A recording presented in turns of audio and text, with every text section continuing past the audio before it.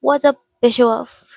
For today's video, ay share ko sa inyo kung paano ko na-earn yung $300. So, baka may nagtataka sa inyo na konti naman yung followers ko. Wala naman akong viewers, wala akong reactors. Bakit ko na-earn yung $300? So, simple lang guys. Simple lang. Hindi ako dito nag-upload. Yung account na to ay for extra ko lang. Hindi pa to monetize na account. Meron akong account na monetize na. So, doon ako nag-upload. Ang mga ina-upload ko ay mga unoriginal videos.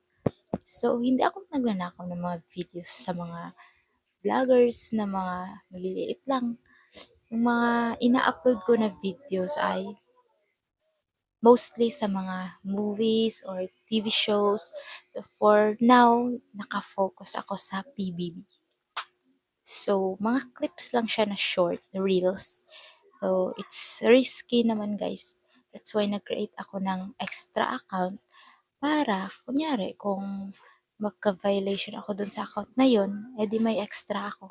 At ito yun. Kaya, yun lang guys. Thank you so much.